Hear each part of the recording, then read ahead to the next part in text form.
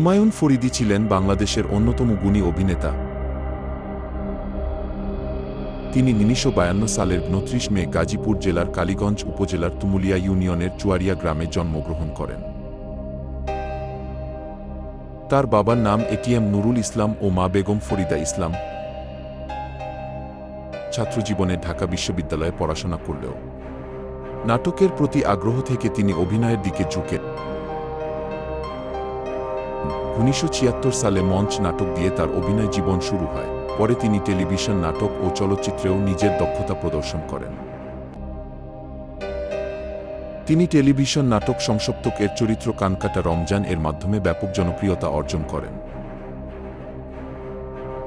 ১৯৮০ এর দশকের মাঝামাঝি সময়ে ফরিদী চলচ্চিত্র জগতে আগমন করেন। তাকে বাংলা চলচ্চিত্রের একজন কিংবদন্তি অভিনেতা হিসেবে বিভিন্ন মাধ্যমে উল্লেখ করা হয়। তিনি মাতৃত্ব চলচ্চিত্রে অভিনয়ের জন্য শ্রেষ্ঠ অভিনেতা বিভাগে জাতীয় চলচ্চিত্র পুরস্কার অর্জন করেন। হুমায়ুন ফরিদী ২০০০ সালের ১৩ ফেব্রুয়ারি ঢাকার ধানমন্ডিতে তার নিজ বাড়িতে মৃত্যুবরণ করেন। ২০১৮ সালে বাংলাদেশ সরকার তাকে দেশটির দ্বিতীয় সর্বোচ্চ বেসামরিক সম্মাননা ২১ পদকে ভূষিত করে। তিনি বাংলাদেশের সর্বকালের সেরা অভিনেতা হিসেবে অধিক গ্রহণযোগ্য।